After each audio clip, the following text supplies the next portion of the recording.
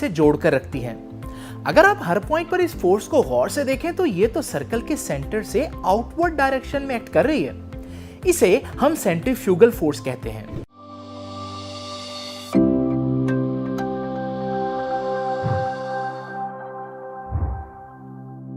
क्या आप इस बॉल को टच किए बगैर इस वाइन ग्लास में डाल सकते हैं?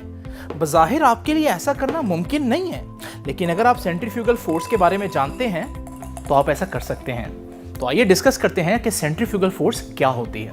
अगर पानी से भरी इस बकेट को उल्टा दिया जाए तो क्या होगा? आप कहेंगे कि सारा पानी बाहर गिर जाएगा, लेकिन यही बकेट अगर एक वर्टिकल सर्कल में रिवॉल्व कर रही हो तो फिर यह पानी बाहर नहीं गिरता, चाहे बकेट बिल्कुल अपसाइड डाउन ही क्यों ना हो जाए। ऐसा लग रहा है जैसे बकेट के अंदर मौजूद पानी पर हर लम्हा एक फोर्स लग रही है जो उसको बकेट की बेस से जोड़कर रखती है। अगर आप हर पॉइंट पर इस फोर्स को गौर से देखें तो ये तो सर्कल के सेंटर से आउटवर्ड डायरेक्शन में एक्ट कर रही है। इसे हम सेंट्रीफ्यूगल फोर्स कहते हैं।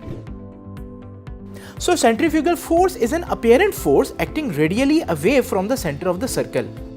ये सेंट्रीफ्यूगल फोर्स ही है जिसकी वजह से मौत के कुएं में गाड़ियां और मोटरसाइकिल कुएं की दीवारों के साथ जुड़ी रहती हैं और गिरती नहीं। इसी तरह से ग्रेविटी फ्री सिस्टम्स यानी सैटेलाइट्स वगैरह को उनके एक्सिस पर रोटेट करके सेंट्रीफ्यूगल फोर्स जनरेट की जाती है, जो सैटेलाइट के अंदर मौजूद ऑब्जेक्ट्स के लिए एक आर्टिफिशियल ग्रेविटी के तौर पर एक्ट करती है।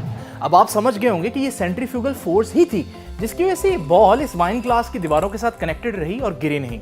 सेंट्रीफ्यूगल फोर्स बहुत से फैक्टर्स पर डिपेंड करती है, लेकिन सबसे इंपॉर्टेंट और क्रूशियल फैक्टर स्पीड का है। जैसे इस केस में अगर आप देखें, अगर इस गाड़ी की स्पीड कम हो तो हम देखते हैं कि सेंट्रीफ्यूगल फोर्स इनफ नहीं थी कि ये सर्कल कंप्लीट हो सकता। अगर मैं स्पीड ज्यादा कर दूं तो फिर आप देखेंगे कि सेंट्रीफ्यूगल फोर्स इतनी ज्यादा होगी कि गाड़ी ये सर्कल कंप्लीट कर लेगी।